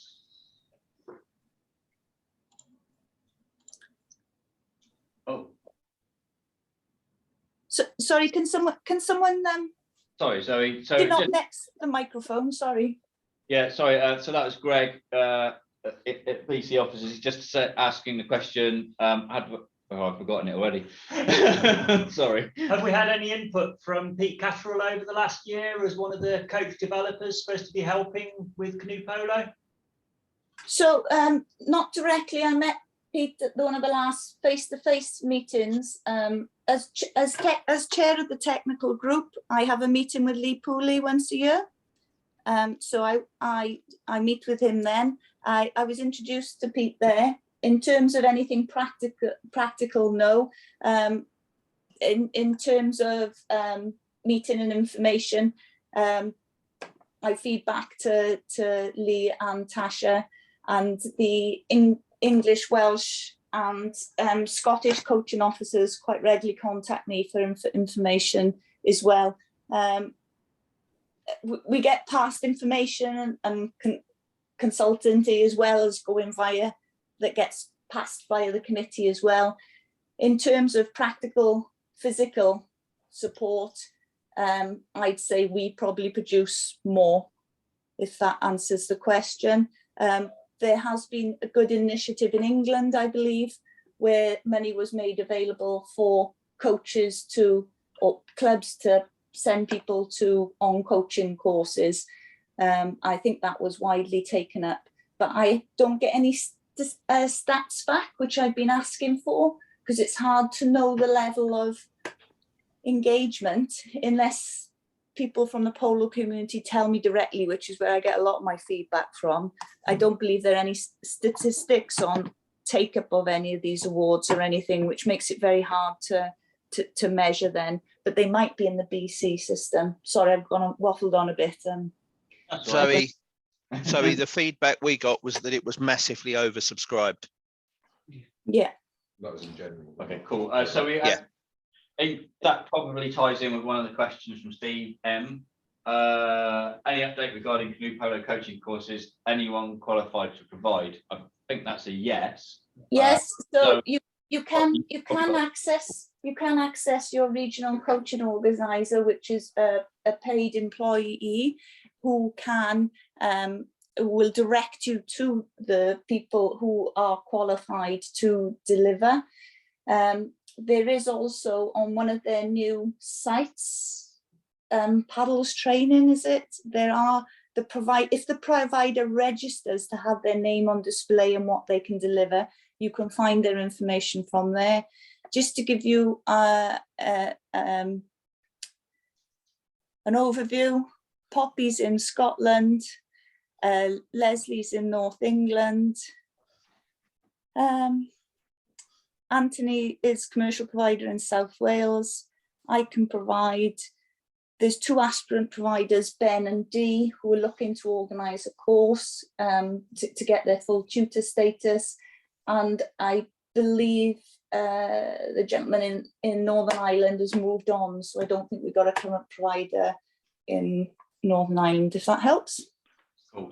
Steve, if you email Zoe, it's coaching at, isn't it? I think. Is that right? Canoe Polo. We'll make sure we get you sorted out. Yeah, coaching at canoepolo.org.uk. We'll make sure we get you sorted out with who can do it for you. So, in terms of, you can either contact those people I just mentioned directly, or if someone would like to provide a course, and then I can put you in touch with who's close by you, who's able to deliver for you. We can do that as well. In BC, I'm just reading the chat. I'm replying to a question in the chat. If you're looking for BC, if you're looking for the English coaching manager, I think that's what you're asking for. My mind's gone blank. Daryl, yeah, sorry. Daryl is, and I think his email is on the British Canoeing website. Daryl Shaw. Daryl.shaw at British. Yeah, britishcanoeing.org.uk. Yes. There we are. Cool. Just wanted to add, Zoe's recently updated all of the coaching information on the coaching section of the website. So if you have any immediate questions, head there for information, maybe before emailing. Can I just say that British Canoeing run the coaching award scheme? We just provide the technical information into the scheme. So we have to run it following their guidance and their rules and their system. So yeah.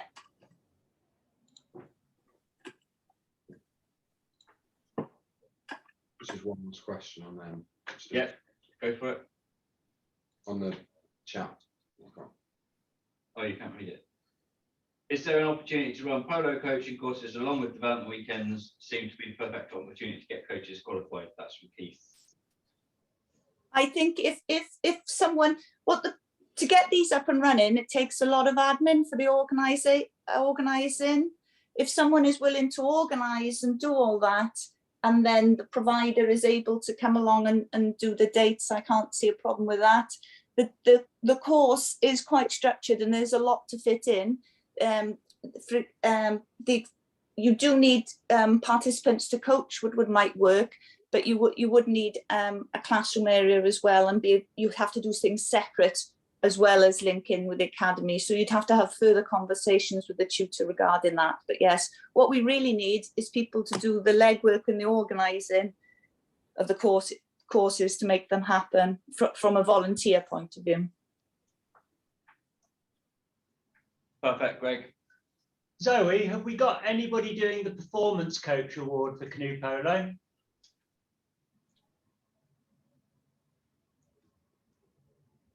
Sorry, I'm just going on and off mute here.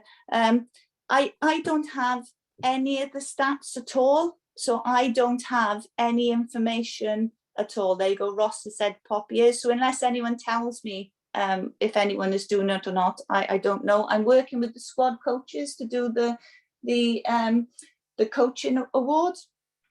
And then if they wanted to, they could do the performance award, or they can go directly into the performance. The performance award isn't about which level you coach. It's about your level of coaching for those that aren't aware of the information. And all the links to the BC documents are on our site, which David just showed you. Sorry, if that answers your. He does, he's nodding, so that sounds good. Okay, if we're done with coaching, the magic was like, oh, there we are. Any questions, please contact Zoe. I think I left that thing on about the digital library. Is that still getting updated, I guess, Zoe?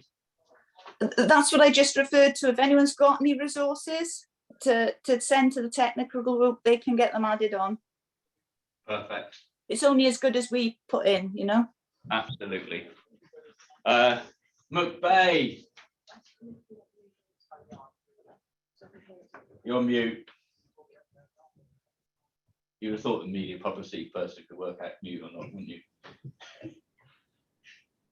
Hey, I'll make this really short and sweet. So Publicity, we are currently going through the website and updating all the sections from obviously all the changes through COVID, etc. So each of the committee heads is currently considering their section and if they want to update them. So far, I've already told you coaching's been updated. Grant funding is being regularly updated with new examples. And that's where you can find the application form for anyone who's interested in applying for grant funding. Caitlin has been very kindly running the Instagram, which is running well, has a good number of followers. Tag in your posts. If you share stories, if you share posts, we can reshare them. We don't get tagged that often, if I'm honest, even though there's a lot of people sharing photos of themselves playing, etc. So it would be good to have more connection there.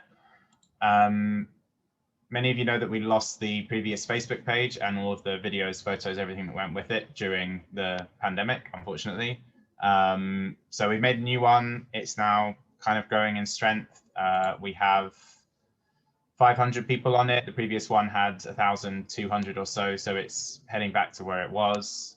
The current split of followers is very healthy in terms of age and sex. So yeah, going well. I think if you haven't already followed this page, then please do. But we're also primarily trying to get a lot more information going through the website regularly.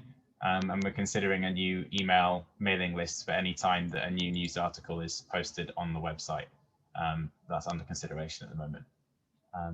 That's it. If anyone has any questions or if anyone wants to get involved from a publicity perspective, always looking for more volunteers to help run the various social media, etc.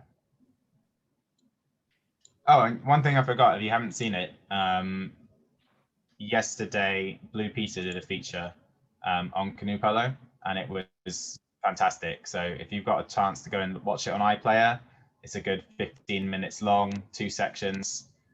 Once it's down from iPlayer, I will keep a recording for us on YouTube and share it around and put it on the website and everything else. But for the time being, go watch it on iPlayer.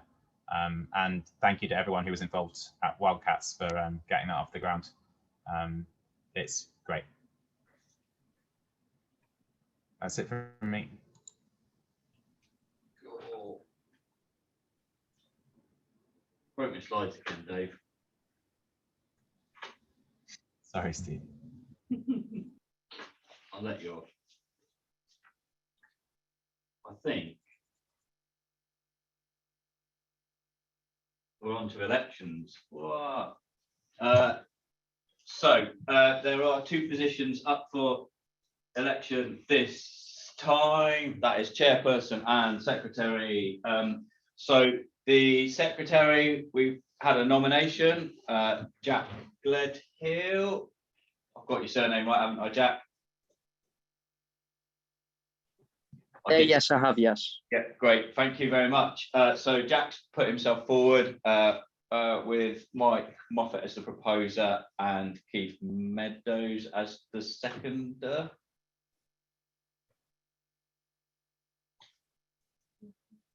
Silence, but I think that's right. Yes, it is. I don't know if they want to say it or not. No problem with the, yeah, he's been seconded. Perfect. So the other position up for election is chairperson. Is there anybody else? Secretary. Was there anybody else on the call that wanted to put themselves forward as secretary? Silence is golden. All very telling. Steve, we're assuming the incumbent isn't planning to restand. No, he's buggering off. Okay. No, Taft's been very open. He's got a posting in America, so doesn't think he'll have the time to dedicate to the role of secretary. And also being in America means the time zone's pretty messed up for meetings and stuff like that. So yeah, he's got a good reason to not do it anymore. Yeah. And thanks to Oh, and we should probably say thanks to him. Yeah. If I have to. Fine. The other position up for election is one I'm in, which is chairperson. I already said to the committee that I'm happy to stand in that position again, but if there is anyone on the call who wants to put themselves forward, please say.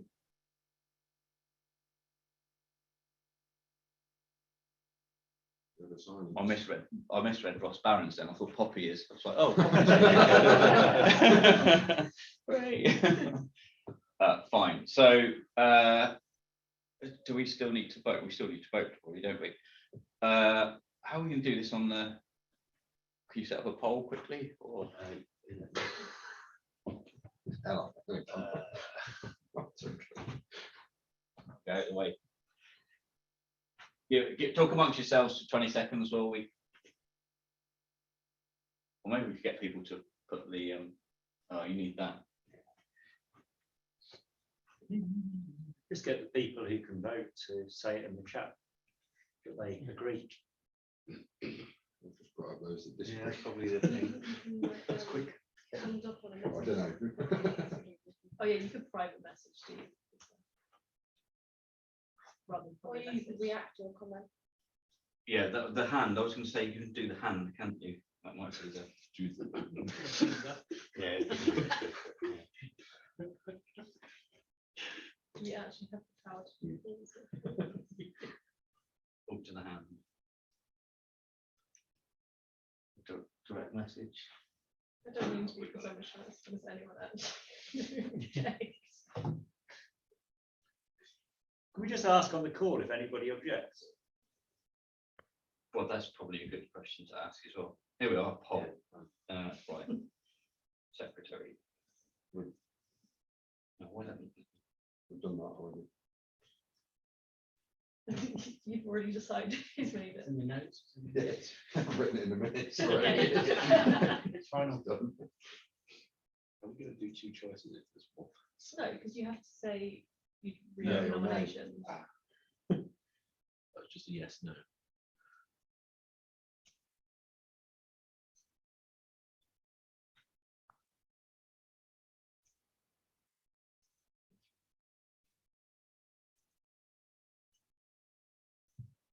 Wait, another separate question. Save. Another one. You might try. Guys, can't we just vote in the chat because it's recorded? Oh, we could. I've done it now though. Okay. Well, except I can't type, but you know. Seems to be struggling with Steve spelling his own name. But other than that, That's what secretaries for. It's not I think anyone who's an admin can't vote on these. Anybody within that? So how do I put the poll? Because I'm not on. In the bottom of the thing. I'm not Launch the poll. There we are. Hopefully. Hopefully people can vote. Or we'll take your votes on the. Yeah. Oh, look at that. Almost 100%. Steve, some of us have got multiple votes. good for you, Mark. Yeah. So I will be able to see. Are you voting against? No, I've voted in favour of all. So's David in the chat. Fine. And some people Oh, have got no you. votes, but they probably don't realise that. But we'll just carry on. Oh, left hand's dropped out. Look. Oh no, No, it's they just just vote people with their putting their hand. hand up.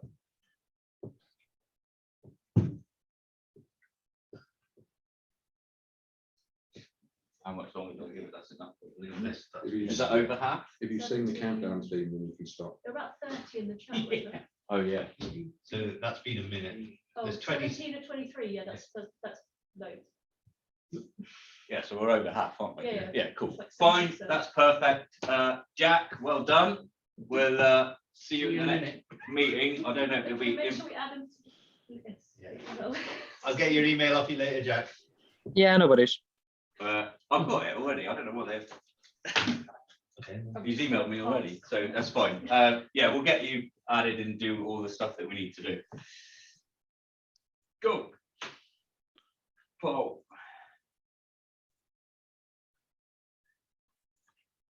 There we are. The first one. Everyone voted no. No. Yeah, come on, vote. Abstain.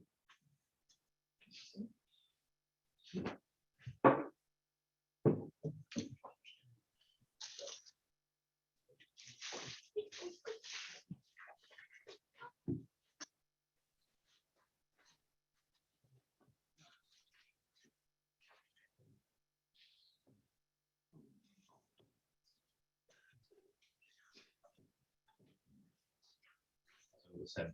Yeah, just give it a minute. We get Yeah, it. well, Don't nice get to some of get them custard can't. one out. Yeah. That's a custard, no. Oh, okay. But they are one of them custard was ones. red. Yeah, it wasn't, it was something else on the outside of the bag. Right. It's the cabbage demo. Yeah. Something's over I there. thought you had a strawberry. What are those ones? Chocolate and orange. Okay, that's the minute played up. So and we've got over what we need. So I'll carry on doing what I'm doing. We have a proposed and a seconded. Please. Oh yeah. I'll propose. Right. Oh, am I allowed to as a member of the committee? Yeah. Yeah, that's fine. So we're moving on to open discussion. I'm quite aware it's 12 o'clock already. Unfortunately, this Zoom is shared, and the who are they? I think it's Surf Lifesaving. Have got their ACM after at 2 o'clock. So we probably don't want to enjoy the benefits of that one, but we should get moving on fairly quickly. So really open discussion.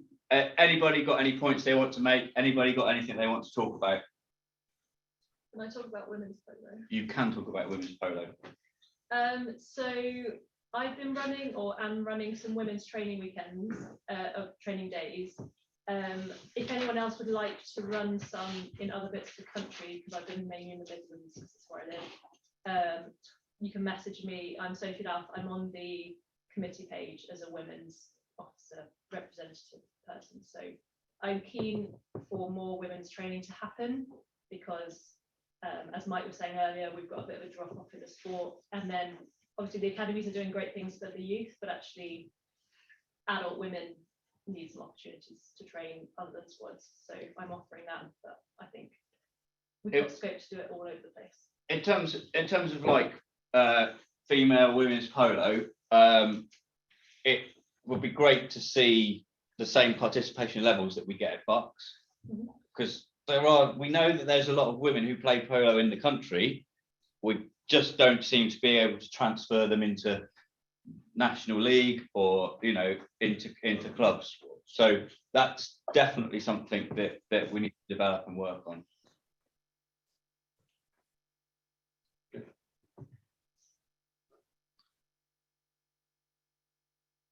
Anybody else? They want to chat about? No. Steve, is there any news on Home Pierpoint and any developments there? Oh yeah, okay. So yeah, it's a nightmare, to be honest. So as some of you may be aware or may not be aware, Sprint have got involved, and they were basically, what they want to do is put 2 lanes, Parasprint, yeah, sorry, where, well, I think Sprint are doing it now as well, because it's sheltered so they can use more time. But basically where the polo pitches are, that lake is more sheltered than the main lake, than the main regatta course, and they can actually use that in windier conditions than they can on the main course. So they approached us and said, can we put the pitches in a straight line? We were like, well, you could, but there's not enough blocks. So they come up with the funding for the extra blocks to put the pitches in a straight line, which means that they can put their two teams behind the pitches. In conjunction with that, we've obviously got all of the nightmare of the buildings being taken away, getting condemned and so on. We've now taken ownership of the brick building, which is next to the compound, so we can develop that. And the project as a whole has 3 phases. The first phase, which is short term, which I would really hope to have had sorted by now, but I'm just bumping up against a brick wall with it, really, is to get some temporary shower and toilets and like meeting room facilities, similar to what was there previously that was hired in, but actually that we own it, so we can do something with it. That's good. I've priced it all up. It's about 30 grand's worth of expenditure. I'm just desperately trying to get the go ahead on that, to get that in place. Medium term, obviously in conjunction with that first phase, that short term, getting some infrastructure there, is putting the pitches in a straight line. And then the third phase, which is sort of the grand project, which is getting in the way of the short term projects, is longer term brick building with like proper facilities in there, dormitories, meeting rooms, toilets, showers, everything we need. But that's, unfortunately becoming the wood which is in the way of the first stage of the project.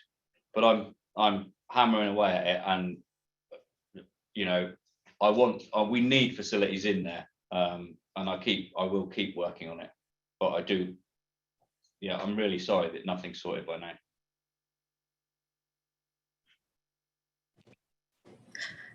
Hi, it's Nikki Marlowe from St Albans. Can I just ask what the plans are for the youth leagues? Because I noticed they've been dropped from the structure, the league structure. Ross, are you on, or David, or Mark? I think it's Mark's best place for this. He's been the one. Well, you've been the one running the most recent discussion around youth leagues, at least. Yeah. So the discussion we had around youth development and youth competitions in the early part of 2021 looked at wanting to host more regional, localized youth competitions rather than a national league structure that we didn't currently have the number of teams to fulfill. Obviously, we'd like to get to a point where we have a national youth league and we can start running that and hosting that.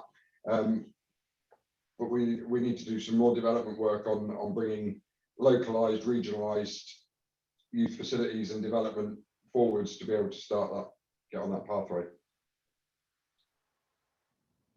Yeah, I know it's something that we're really keen on getting involved in as a club. We've got a number of youth coming through, and it's just the grassroots and growing the sport. I appreciate there's a huge amount to be done with coming back to life post-COVID. So I know you've been talking to members of the club, but it'd be really good to be involved in that. Yeah. We're really keen to support that to get the youth up and running again. Brilliant. Can I ask how many clubs have youth, people that are on the call? How many people have youth? National champs, we only had 2 under-18 teams, not in them last year. So how many, if the national champs was under 16 or under 15, would that help? Who's likely to field teams at national champs at under 18? I think FOA would at a lower age. If the issue that we don't in relation to the under 18s, it's just sort of some of the 17, 18-year-olds just consider it better to go into open teams than to youth teams for the games and the type of games you get. And I think in relation to the national champs, it's having that understanding of what level of teams will be there, because, you know, you've got two extremes, haven't you? You've got, you know, youth teams that are really competitive and really out there, and then you've got the youth teams that are basically starting up. And I think that's the issue. You see, the teams that are starting up don't want to enter those type of competitions because they consider they're just going to get there and get wiped out by other, you know, by the top teams as such. So I think there is that dividing line, and I think that needs to be looked at in relation to how we overcome it. I know ourselves, we're looking at trying to run some summer days, you know, day competitions for youth in the summer, but trying to aim for that lower level. But then the higher level teams, youth teams, there's nothing out there for them really unless they enter into an open league. Okay. I think. Can I just say, you said, sorry, it's Jerry Metcalf from St Albans here as well. I was actually the youth organiser for South pre-COVID.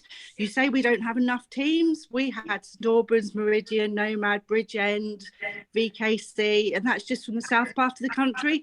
There is definitely a need for national youth. The teams are there. There's just nothing for them. I mean, we've actually been in discussion with VKC about actually even just hosting our own league this year and doing it ourselves, because the youth, you know, they're getting fed up that they're not getting anything.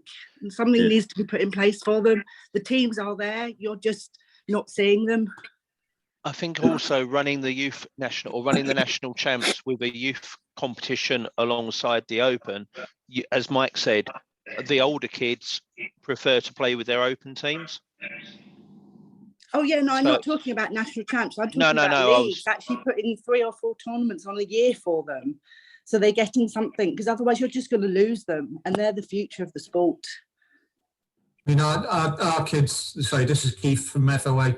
Our kids, we've got a good core group of young paddlers at the moment. I mean, they're all down here this morning. It's blowing a gale, but they are desperate for competition. Yeah, we've made a similar decision that, you know, coming up into the summer, you know, we need to be putting on, even if it's just, you know, one-day competitions just to get them games. They're getting tired of playing each other. Yeah. That's the issue. And that's it. I mean, we're going over to Malvern, which is a 4-hour drive from us, for, you know, each way. And I know Bridgend do that, you know, regularly, and that's fantastic to get them involved. But we are prepared to travel. You know, I did it when I was their age and got cast around the country. Parents are prepared to travel, but you have to put something on for them to go to. Just what age is that group then? Is that under 18 or is that under 16? No, it's under 18. So it is the purely the youth under 18 before they. Yeah, well, we would have a big difference between. There'd be a big difference between, say, an under 14 team and an under 18 team. Exactly the same as us, really. Where, you know, the majority of our youth players at the moment are under 16. The ones that are over 16, they're playing they're playing and training with the open teams because they're not getting the training requirements with the under 16. So when it comes to a competition, it's that balancing act, you know. So is the youth better to be under 16 rather than under 18? No, I think you have to keep it as it always has been. And I paddled from 11 and I'm now 40 something. And, you know, when I paddled, we did it. Doesn't matter what age you were, it was under 18 and people just got onto it. You know, the kids actually relish having that challenge of someone, you know, kind of bigger and stronger. It's something to look up to. It's a goal. It's something for them to achieve. You know, we have done it so that teams, you know, when we did youth a few years ago, it was very obvious we had Bridgend and St Albans, and between the two of them, we're going to, you know, one of them was going to win the league. And we made it very clear to both teams that actually we don't want you going out smashing the youngsters. Use this now as a tactical skill training for you and you know, beat them by 2 or 3. Anything over than that will not get counted. So it becomes inclusive for everybody. It's just how you manage the league but actually you do need to put it in for all of the under 18s who will have players that are, you know, kind of 17. We've got 3 of them in the team that play with the youngsters, and bring them on. And that's what you need. You can't make it under 16 and under 18 because that won't work, because you just won't have teams that then can enter that. But you will have teams that can enter a wide range from 11 to 18 in their team. Okay. You just have to put something on for them. We've got a question in the room. Can we take that one first, please? What would the provision be for clubs that don't have a guaranteed youth team, who only have sort of 1, 2, maybe 3? But then there's no reason why we can't mix teams up. Yeah. You know, you might have one club that's only got 2 and another club at 3. I mean, I noticed that Belfast International have advertised that, haven't they? Of saying if you've not got a whole team, we can put you as a kind of a team with other people. There's no reason why you can't do that in the youth league and say, okay, we have a random name team of, you know, 2 from somewhere in the country and 3 from another. It just means that they're playing, and also then that means that they're meeting other youth players, and you've got the mix then of people, you know, paddling from different clubs, so it doesn't become St Albans versus Bridgend, but they're all friends. Can I make a suggestion to carry this forward, because it does sound like someone's talking themselves into a job? I've already done it, so I did it 2 years ago. I'm very happy to carry on doing it, but we need some leagues, we need some tournaments. That would be amazing. Can we get the people on the call who've been talking about the youth to send your email contacts to Mark, so it's mark.thomas@canoepolo.org.uk, and let's just get this coordinated, okay? Yeah, that sounds good. All right, perfect. That's it. Yeah, so I think that probably, on that note, brings the meeting to an end. For those that want to stay on and have a quick update on the new rules, Elle will be here. We've got a PowerPoint, because we love PowerPoint. Oh look, we can see Lee in his car now as well. So yeah, thank you very much for attending, giving up your Saturday mornings. I know it's not the most exciting thing in the world, being on meetings, but it's how we move the sport forward, it's how we grow, and hope to see you on the polo court soon. We just got Yeah. Thank you, everyone.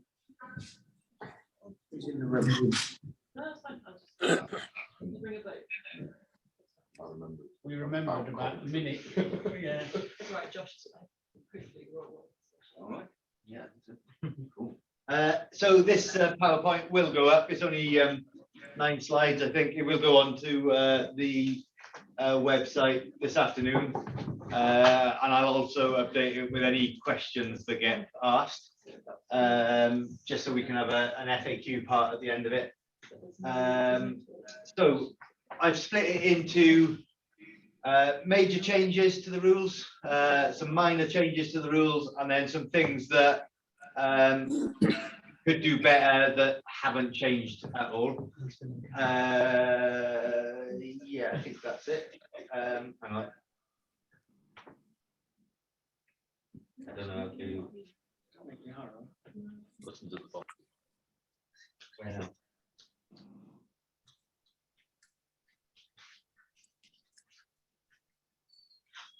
How do I do the next slide? Move the mouse, there's a button at the bottom. Which one? Oh yeah, middle. This one? Yeah. Okay, so changes is the card system. Holding, there's been a wording of some of the stuff that's happening in there, and with penalties. So let's go through those bit at a time. So sanction cards. The biggest change probably is that now every card is a spending off for possibly up to 2 minutes. It depends on which one you get as to exactly how it works.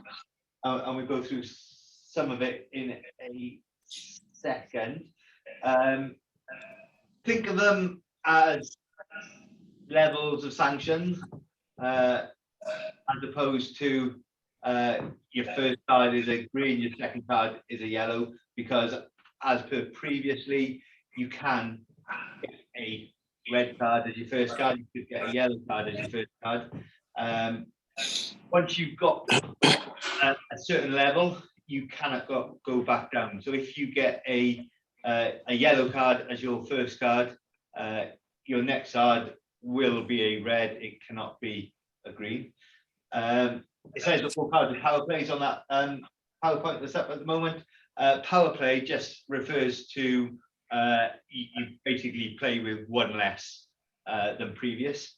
And then after 2 minutes, or maybe after a goal, you can and I'll cover that in a second. Power plays.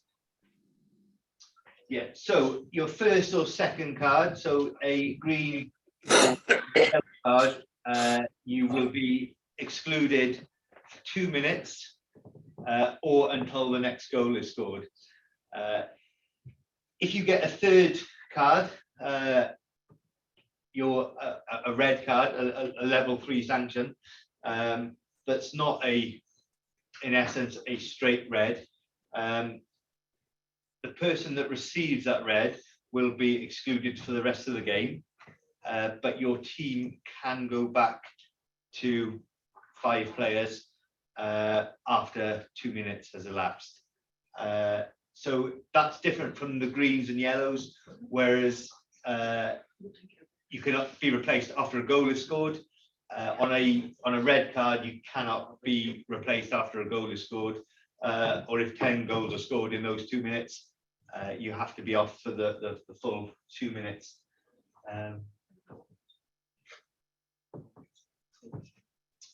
The ejection red card is basically the old straight red.